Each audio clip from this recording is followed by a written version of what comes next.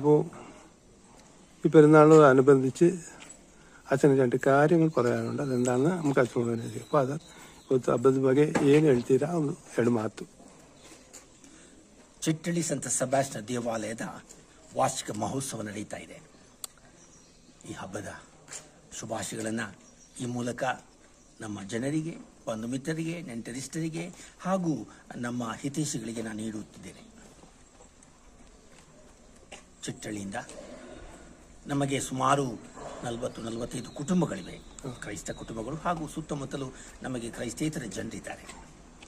ಅವರೆಲ್ಲರೂ ಒಂದು ಭಾಗವಾಗಿ, ಚಿಟ್ಟಳ್ಳಿ ಹಬ್ಬದ ಭಾಗವಾಗಿ ನಮ್ಮ ಹಿತೈಷಿಗಳಾಗಿ ಅವರು ಬರ್ತಾರೆ. ಇಂದು ಹಬ್ಬದ ದಿನದಂದು ನಾನು ಶುಭವನ್ನು ಕೋರುವನಾಗಿದ್ದೇನೆ. ನಮಗೆ ಉತ್ತೇಜನ ನೀಡಲು ನಮ್ಮ ವಿಚಾರಣೆಯ ಪಾಲನಾ ಸಮಿತಿ ಇದೆ.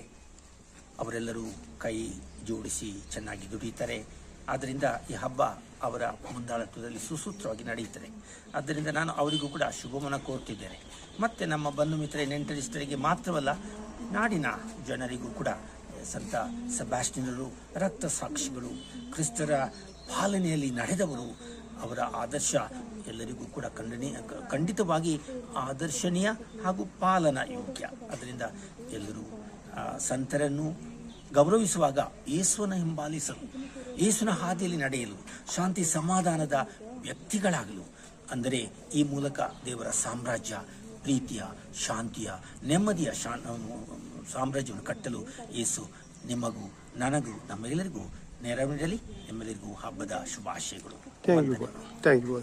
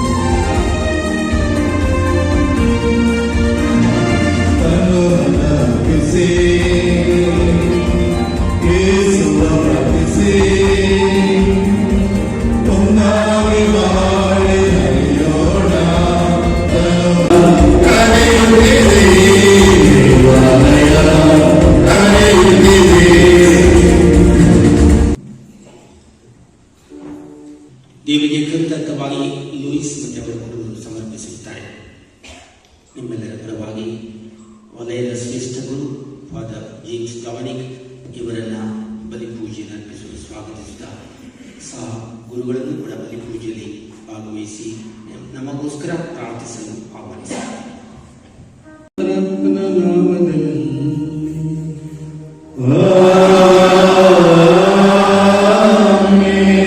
ನಮ್ಮ ಪ್ರಭು ಯೇಸು ಕ್ರಿಸ್ತರ ಕೃಪಾವರವು ದೇವರ ಪ್ರೀತಿಯು ಪವಿತ್ರಾತ್ಮರ ಅನ್ಯೋನ್ಯತೆಯು ನಿಮ್ಮೆಲ್ಲರೊಡನೆ ಇರಲಿ.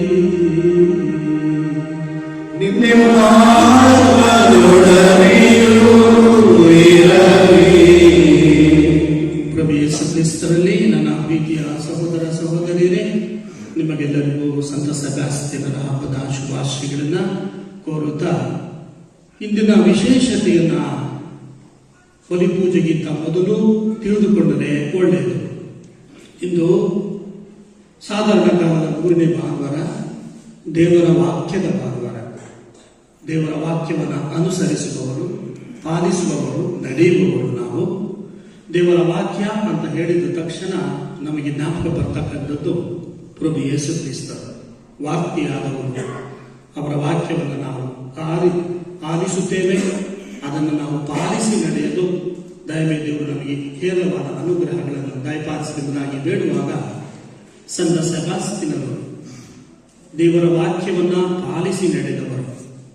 ದೇವರ ವಾಕ್ಯ ಮತ್ತು ಸೆಬಾಸ್ತ್ಯನರು ಎಷ್ಟರ ಮಟ್ಟಿಗೆ ಐಕ್ಯವಾಗಿದ್ದರು ಅಂತಕ್ಕಂಥದ್ದನ್ನ ಇಂದಿನ ದಿವ್ಯ ಬಲಿ ಪೂಜೆಯಲ್ಲಿ ನಾವು ತಿಳಿದುಕೊಳ್ಳೋಣ. ಪ್ರಿಯರೇ, ನಮ್ಮ ಧರ್ಮಕ್ಷೇತ್ರ ಈ ವರ್ಷವನ್ನ ವಿಶ್ವಾಸದ ವರ್ಷವನ್ನಾಗಿ ಘೋಷಿಸಿದೆ.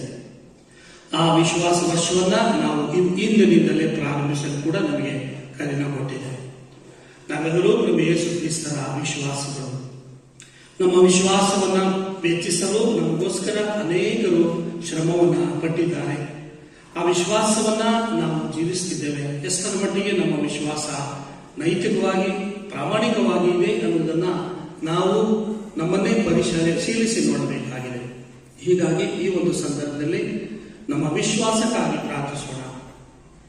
ಸ್ವಾಮಿ ಕ್ರಿಸ್ತರ ಶಿಷ್ಯರು ಯೇಸು ಸ್ವಾಮಿಯನ್ನ ನಮ್ಮ ವಿಶ್ವಾಸವನ್ನು ವೃದ್ಧಿಸಿರಿ ಸ್ವಾಮಿ ಎಂಬುದಾಗಿ ಕೇಳಿದಂತೆ ನಾವು ಕೂಡ ಸ್ವಾಮಿ ಕ್ರಿಸ್ತರಲ್ಲಿ ನಮ್ಮ ವಿಶ್ವಾಸವನ್ನು ವೃದ್ಧಿಸಿರಿ ಸ್ವಾಮಿ ಎಂಬುದಾಗಿ ಸ್ವಾಮಿ ಕ್ರಿಸ್ತರಲ್ಲಿ ನಾವು ಬೇಡಿಕೊಳ್ಳೋಣ. ಆಶೀರ್ವದಿಸುವುದಾಗಿ ಪ್ರಾರ್ಥಿಸುವಾಗ ನಾವು ಮಾಡಿದ ತಪ್ಪುಗಳನ್ನ ಧರ್ಮೀಯ ದೇವರ ಸನ್ನಿಧಾನಕ್ಕೆ ಸಮರ್ಪಿಸುತ್ತಾ ಅವುಗಳಿಗಾಗಿ ಕ್ಷಮೆಯನ್ನ ಯಾಚಿಸೋಣ. ಸರ್ವಶಕ್ತ ದೇವರು ನಮಗೆ ದಯ ತೋರಿಸಿ ನಮ್ಮ ಪಾಪಗಳನ್ನು ಕ್ಷಮಿಸಿ ನಮ್ಮನ್ನು ನಿತ್ಯ ಜೀವಕ್ಕೆ ಕರೆದೊಯ್ಯಲಿ.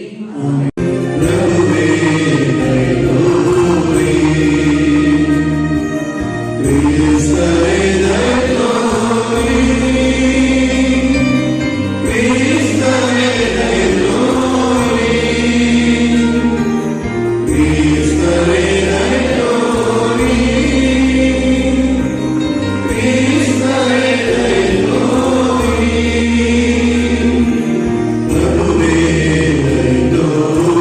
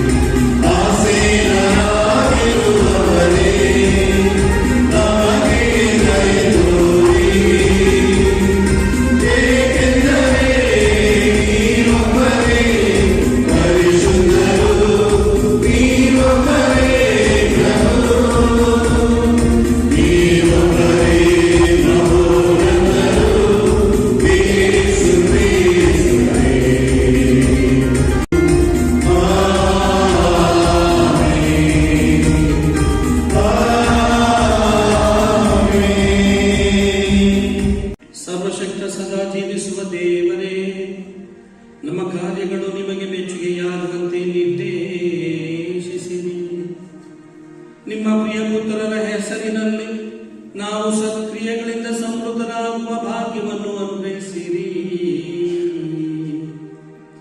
ನಿಮ್ಮೊಂದಿಗೆ ಪವಿತ್ರಾತ್ಮನ ಐಕ್ಯದಲ್ಲಿ ದೇವರಾಗಿ ಯುಗ ಯುಗಾಂತರವೂ ಜೀವಿಸಿ ಆಳುವ ನಮ್ಮ ಪ್ರಭುವು ನಿಮ್ಮ ಪುತ್ರರು ಆಗಿರುವ ಯೇಸು ಕ್ರಿಸ್ತರ ಮುಖಾಂತರ ನಿಮ್ಮನ್ನು ಪ್ರಾರ್ಥಿಸುತ್ತೇವೆ.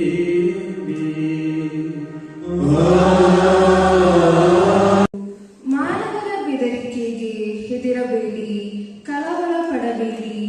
ಕ್ರಿಸ್ತ ಯೇಸುವನ್ನು ಪ್ರಾರಂಭದಿಂದ ನಿಮ್ಮ ಹೃದಯಗಳಲ್ಲಿ ಪ್ರತಿಷ್ಠಾಪಿಸಿರಿ. ನಿಮ್ಮಲ್ಲಿರುವ ನಂಬಿಕೆ ನಿರಾಶೆಯ ಬಗ್ಗೆ ಯಾರಾದರೂ ಪ್ರಶ್ನಿಸಿದ್ದರೆ ಅವರಿಗೆ ತಕ್ಕ ಉತ್ತರ ಕೊಡಲು ಸರ್ವದಾ ಸಿದ್ಧರಾಗಿರಿ. ಹಾಗೆ ಉತ್ತರ ಕೊಡುವಾಗ ಮರ್ಯಾದೆಯಿಂದಲೂ ಶಾಂತಿ ಸಮಾಧಾನದಿಂದಲೂ ಮಾತನಾಡಿ. ನಿಮ್ಮ ಮನಸ್ಸಾಕ್ಷಿ ಶುದ್ಧವಾಗಿರಲಿ. ಆಗ ಉತ್ತಮವಾದ ನಿಮ್ಮ ಕ್ರೈಸ್ತಿಯ ವರ್ತನೆಯನ್ನು ಕಂಡು ದೋಷಿಸಿದ್ದವರು ನಿಮ್ಮನ್ನು ನಿಂದಿಸಿದ್ದಕ್ಕಾಗಿ ತಾವೇ ನಾಚಿಕೆ ಪಡುವರು. ಕೆಟ್ಟದನ್ನು ಮಾಡಿ ಶಿಕ್ಷೆಯನ್ನು ಅನುಭವಿಸುವುದಕ್ಕಿಂತ ದೇವರ ಚಿತ್ತವಾದರೆ ಒಳ್ಳೆಯದನ್ನು ಮಾಡಿ ಶಿಕ್ಷೆಯನ್ನು ಅನುಭವಿಸುವುದೇ ಲೇಸು. ಪ್ರಭುವಿನ ವಾಕ್ಯವಿದು.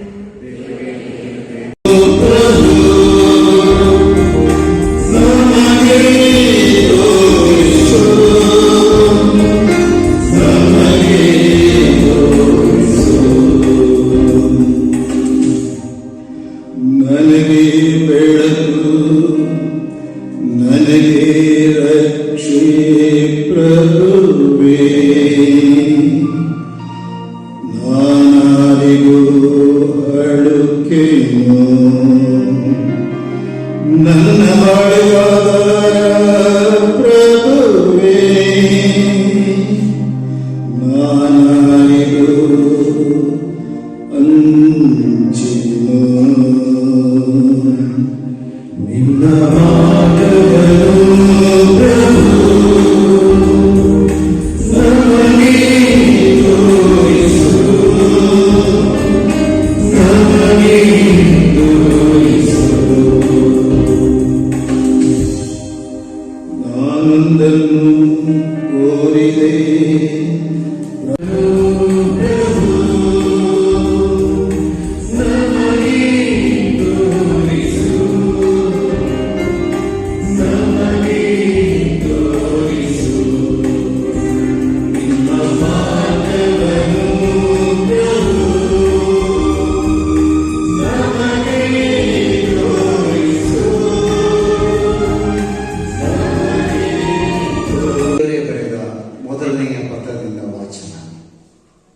ಒಂದೇ ಮನಸ್ಸಿನಿಂದಲೂ ಒಂದೇ ಉದ್ದೇಶದಿಂದಲೂ ನೀವು ಐಕ್ಯಮತ್ಯದಿಂದ ಬಾಳಿರಿ. ಸಹೋದರರೇ, ನಮ್ಮ ಪ್ರಭು ಯೇಸು ಕ್ರಿಸ್ತರ ಹೆಸರಿನಲ್ಲಿ ನಾನು ಕೇಳಿಕೊಳ್ಳುವುದೇನೆಂದರೆ, ವಾದ ವಿವಾದವಿಲ್ಲದೆ, ಭಿನ್ನ ಭೇದವಿಲ್ಲದೆ, ಒಂದೇ ಮನಸ್ಸಿನಿಂದಲೂ ಒಂದೇ ಉದ್ದೇಶದಿಂದಲೂ ನೀವು ಐಕ್ಯಮತ್ಯದಿಂದ ಬಾಳಿರಿ. ಸಹೋದರರೇ, ನೀವು ಜಗಳವಾಡುತ್ತಿದ್ದೀರಿ ಎಂಬುದು ಕ್ಲೋಯೇನನ ಮನೆಯವರಿಂದ ತಿಳಿದು ಬಂದಿದೆ. ನಿಮ್ಮ ಪೈಕಿ ತಾನು ಪೌಲನ ಕಡೆಯವನು ಎಂದು ಒಬ್ಬ, ತಾನು ಅಪೊಸ್ತಲನ ಕಡೆಯವನು ಎಂದು ಇನ್ನೊಬ್ಬ, ತಾನು ಕೇಫನ ಕಡೆಯವನು ಎಂದು ಮತ್ತೊಬ್ಬ, ನಾನು ಕ್ರಿಸ್ತನ ಕಡೆಯವನು ಎಂದು ಮಗದೊಬ್ಬ. ಹೀಗೆ ಒಬ್ಬೊಬ್ಬರು ಒಂದೊಂದು ತಲೆನಾಗಿ ಹೇಳಿಕೊಳ್ಳುತ್ತಾರಂತೆ. ಕ್ರಿಸ್ತ ಯೇಸು ಭಾಗವಾಗಿ ವಿಂಗಡಿಸಿ ಹೋಗಿದ್ದಾರೆಯೇ? ನಿಮಗೋಸ್ಕರ ಶಿಲುಬೆಯ ಮೇಲೆ ಮಡಿದನು ಪೌಲನೇ, ನೀವು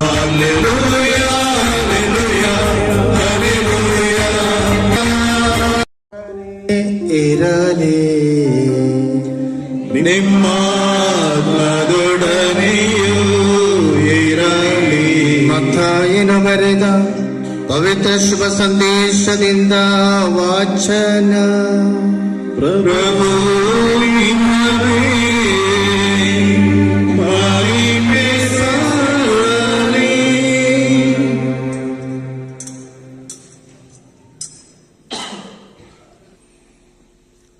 ಯೌವನನ್ನು ಬಂಧಿತನಾದನೆಂದು ಯೇಸು ಸ್ವಾಮಿ ಕೇಳಿ ಆ ಪ್ರಾಂತ್ಯವನ್ನು ಬಿಟ್ಟು ಗಲಿಲೆಯಕ್ಕೆ ಹೊರಟು ಹೋದರು.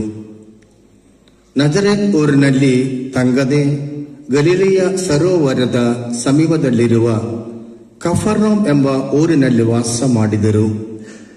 ಇದು ಜೆಬುಲೋನ್ ಹಾಗೂ ನೆಫ್ತಲೀಮ್ ನಾಡುಗಳ ಸರಹದ್ದಿನಲ್ಲಿದೆ.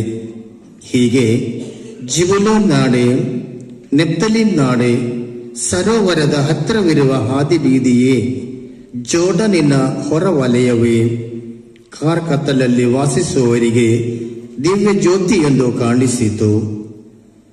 ಮರಣ ಛಾಯೆ ಕವಿದ ನಾಡಿಗರಿಗೆ ಅರುಣೋದಯವಾಯಿತು ಎಂದು ನುಡಿದ ಪ್ರವಾದಿ ಯೆಶಾಯನ ವಚನಗಳು ಈಡೇರಿದವು. ಅಂದಿನಿಂದ ಯೇಸು ಪಶ್ಚಾತ್ತಾಪ ಪಟ್ಟು ಪಾಪಕ್ಕೆ ವಿಮುಖರಾಗಿರಿ, ದೇವರಿಗೆ ಅಭಿಮುಖರಾಗಿರಿ, ಸ್ವರ್ಗ ಸಾಮ್ರಾಜ್ಯ ಸಮೀಪಿಸಿತು ಎಂಬ ಸಂದೇಶವನ್ನು ಬೋಧಿಸತೊಡಗಿದರು. ಯೇಸು ಸ್ವಾಮಿ ಗಲಿಲೆಯ ಸರೋವರದ ತೀರದಲ್ಲಿ ನಡೆದು ಹೋಗುತ್ತಿದ್ದರು. ಆಗ ಇಬ್ಬರು ಸಹೋದರನ್ನು ಕಂಡರು. ಇವರೇ ಪೇತ್ರ ಎನಿಸಿಕೊಂಡ ಸಿಮೋನ ಮತ್ತು ಅವನ ಸಹೋದರ ಅಂದ್ರೇಯ. ಬೆಸ್ತರಾದ ಇವರು ಸರೋವರದಲ್ಲಿ ಬಲೆ ಬೀಸುತ್ತಾ ಇದ್ದರು. ನನ್ನ ಹಿಂಬಾಲಿಸಿ ಬನ್ನಿ, ನಿಮ್ಮನ್ನು ಮನುಷ್ಯನನ್ನೇ ಹಿಡಿಯುವರನ್ನಾಗಿ ಮಾಡುವನು ಎಂದು ಹೇಳಿ ಯೇಸು ಅವರನ್ನು ಕರೆದರು. ತಕ್ಷಣವೇ ಅವರು ತಮ್ಮ ಬಲೆಗಳನ್ನು ಬಿಟ್ಟು ಯೇಸುವನ್ನು ಹಿಂಬಾಲಿಸಿದರು. ಅಲ್ಲಿಂದ ಮುಂದಕ್ಕೆ ಹೋಗುತ್ತಿದ್ದಾಗ ಯೇಸು ಜೆಬೆದಾಯನ ಮಕ್ಕಳಾದ ಯಾಕೋಬ ಮತ್ತು ಯೋವಾನ ಎಂಬ ಇನ್ನಿಬ್ಬರು ಸಹೋದರರನ್ನು ಕಂಡರು. ಇವರು ತಮ್ಮ ತಂದೆ ಜೆಬೆದಾಯನೊಡನೆ ದೋಣಿಯಲ್ಲಿ ಬಲೆಗಳನ್ನು ಸರಿಪಡಿಸುತ್ತಿದ್ದರು. ಯೇಸು ಇವರನ್ನೂ ಕರೆದರು. ಕೂಡಲೇ ಅವರು ದೋಣಿಯನ್ನು ತಮ್ಮ ತಂದೆಯನ್ನೂ ಬಿಟ್ಟು ಯೇಸುವನ್ನು ಹಿಂಬಾಲಿಸಿದರು. ಯೇಸು ಸ್ವಾಮಿ ಗಲಿಲೆಯ ಪ್ರಾಂತ್ಯದಲ್ಲೆಲ್ಲ ಸಂಚರಿಸಿ ಅಲ್ಲಿನ ಪ್ರಾರ್ಥನಾ ಮಂದಿರಗಳಲ್ಲಿ ಉಪದೇಶ ಮಾಡುತ್ತಿದ್ದರು. ದೈವರಾಜ್ಯದ ಸಂದೇಶವನ್ನು ಪ್ರಬೋಧಿಸುತ್ತಿದ್ದರು. ಜನರ ಎಲ್ಲಾ ತರಹದ ರೋಗ ರುಜಿನಗಳನ್ನು, ಬೇನೆ ಬವಣೆಗಳನ್ನು ಗುಣಪಡಿಸುತ್ತಿದ್ದರು.